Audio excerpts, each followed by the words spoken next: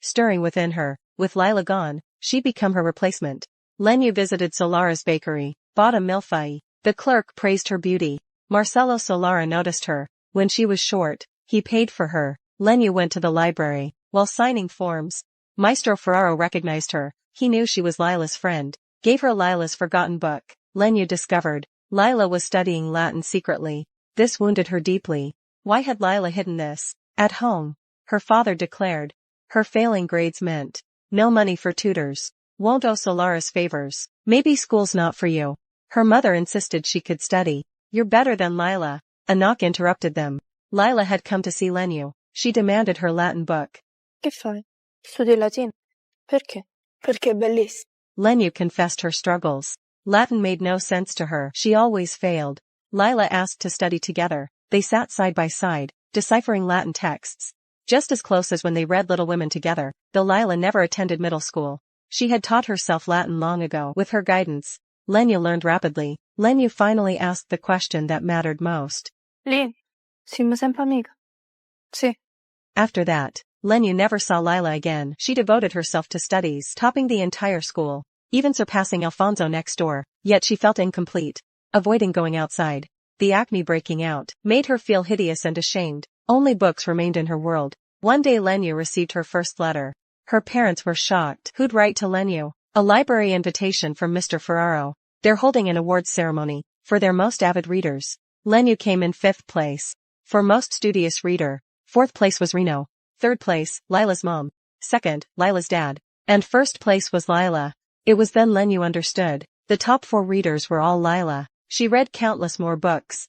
Teacher Oliviero asked Lenu about her plans after middle school. Learning she'd go to work, she protested, promising to fix it. At Gemma's name day party, all the neighborhood's youth attended. Young men and women joined the dance floor. Lila watched for a long time, until Enzo asked her to dance. The boy who threw stones at Lila was now grown up. Lila sparkled on the dance floor. Everyone watched the pretty girl. After starting high school, Lenu spent less time with Lila, which tormented her. But simultaneously, she was glad to escape Lila. At the new school, Lenu had no friends. She felt extremely lonely. A figure suddenly appeared. It was Nino, the boy Lenu had a crush on. Since the Sarator family moved away, it was the first time she'd seen him. She ran to Lila's, excited. She wanted to tell her the good news, but hesitated when she saw Lila. Lila called out to her. They shared a sandwich. Lenu finally shared the news. Lila was also concerned about Nino. She wanted Lenu to tell Nino about Melina so he could tell his dad.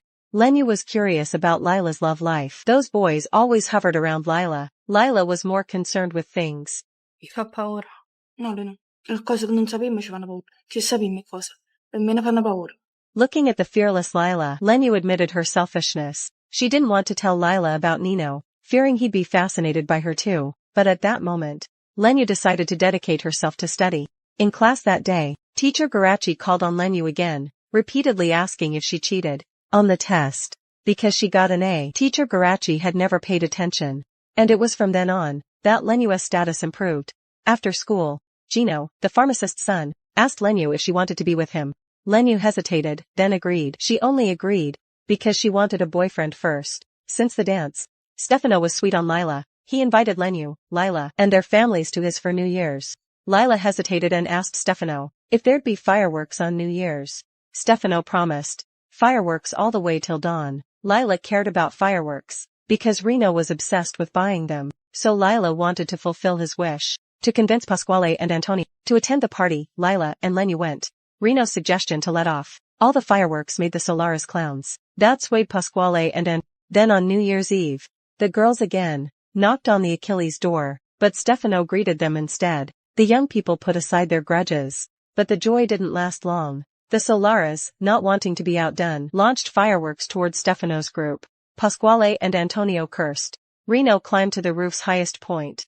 He unleashed every curse he knew on the Solara family. The celebration drowned in his rage. Lila watched her brother sadly. She saw his true nature for the first time. She was terrified. The fireworks that should have made her happy now caused her pain. The Solara brothers pulled guns on Reno. Amidst the chaos and fear, people finally dragged Reno and Lila away. Because Alfonso was falling behind, Teacher Jure scolded him. Gino couldn't help but snicker. After school, Lenu used Gino's snickering at Alfonso as an excuse to break up with him. She never liked Gino, and Gino never understood that. This was Lila's first time in the city. She stared excitedly out the window. On the way, Lila noticed a luxurious department store and suggested buying ice cream there. The window displays were opulent yet unaffordable. A world completely alien to their lives. Lila theatrically paraded like a noblewoman, making everyone burst into laughter. Reno mockingly laughed at a man's hat, prompting the man to curse, "You bastard."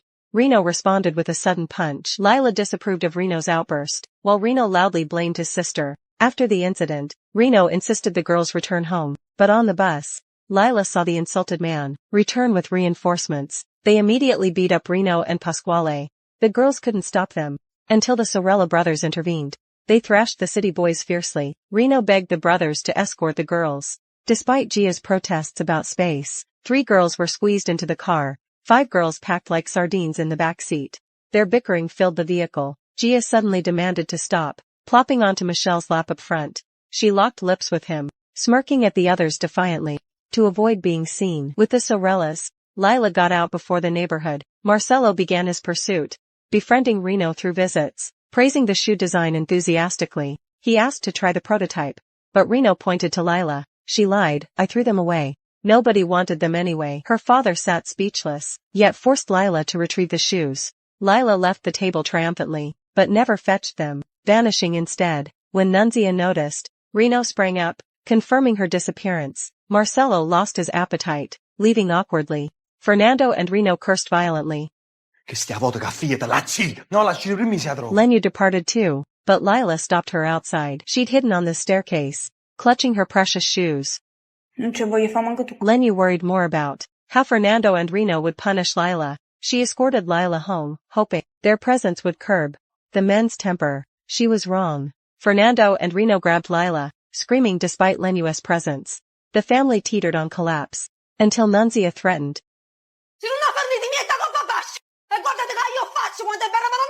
Such was Lila's family. Lenu closed the door, disheartened.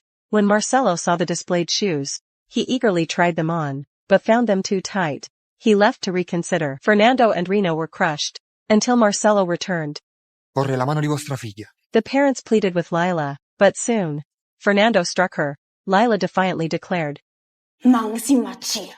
In this marital battle, Lenu stood firmly with Lila, but couldn't truly help. That June, Lenu visited Maestra Oliviero, who beamed at her straight A's. Noticing her pallor, she suggested Ischia. "Soak up sun there. My cousin Nella will host you. Just help her with chores." She genuinely wished Lenu could escape this place. Later, teacher Oliviero personally visited Lenu's parents, to convince them to let her take this journey. Lenu's mother took her to the ferry, repeatedly reminding her of all the precautions. Lenu felt both afraid yet excited about leaving home. As the ferry departed the harbor, she watched her mother's limping figure, Lila and their neighborhood, gradually fade into the distance. Lenu traveled by ferry and bus to Ischia. Nella prepared a living space in the kitchen, explaining wake-up times and her responsibilities. Lenu quickly adapted to her new life. Soon Nella's English guests departed. The next guests were the Sarator family. Lenu eagerly awaited their arrival, but Nino never showed up. Lenu learned from Nino's sister Marissa that Nino despised his father Donato. He'd only come after Donato departed, though Nino never acknowledged Lenu at school. He'd told his sister about her. He knew she dated pharmacist Gino and excelled academically. Lenu was surprised by this. Donato charmed everyone at dinner, praising Lenu when he learned she'd continued to high school. In following days, Donato taught Marissa and Lenu to swim, leading them in wild beach runs. These new experiences filled Lenu with unfamiliar joy. Donato, unlike any father Lenu knew, remained gentle and humorous. His departure left Lenu unexpectedly sad, though Nino's arrival soon comforted her. When Nino entered the house, Lenu's heart raced, yet Nino showed no excitement. Upon seeing her, he retired early without conversation. Late that night as Lenu read, she feigned sleep at approaching steps. It was Nino. After getting water, he approached her, gently taking her book, and turning off the light. Lenu basked in this tenderness. From then on, Nino consumed her thoughts. Even Marissa's romances bored her now. She studied Nino's reading choices, straining to connect with him. This effort forged common ground, but Donato returned unexpectedly early. While the family rejoiced, Nino alone remained cold. At dinner, Nino declared he'd leave on the 13th, rejecting his father's presence. The family lamented his decision, Donato included. To escape the tension, Nino offered ice cream to Lenu, and left with both girls. As they ate ice cream, Marissa heard of a nearby classmate's party. Nino let her go, then reminisced with Lenu. He admitted childhood jealousy of her bond with Lila. though too shy to join them. He recalled confessing to Lenu, even imagining they'd all marry. Childhood naivety made him propose this eternal union. Nino praised Lila's brilliance. Quanto era bravo. Si riusciva a starle dietro. Mi appannava la testa. His admiration wounded Lenu. She stopped writing to Lila, devoting herself wholly to Nino. Convincing herself this was love, she found satisfaction in this obsessive affection. That evening, Lenu suggested a beach walk. Nino ignored her request, leaving her weeping ashore. To her surprise, Nino appeared, not questioning her tears, but sharing his fears. I fight daily, not to become my father, Lenu protested. Donato's praised as kind, but Nino saw hypocrisy. He plays devoted family man, while cheating with Melina, exploiting her fragility, yet believing he deserves forgiveness. Though confused, Lenu murmured, I understand. Nino kissed her then, a feather-light touch, sending her heart soaring, but bliss shattered when he said, I leave tomorrow ahead of schedule. Lenu cried through the night. Morning brought Nella's wake-up call and a bookmark from Nino, noting Lenu's despair. Nella hinted the ferry might still be docked. Lenu raced to the harbor, but when she arrived, the ship had already sailed.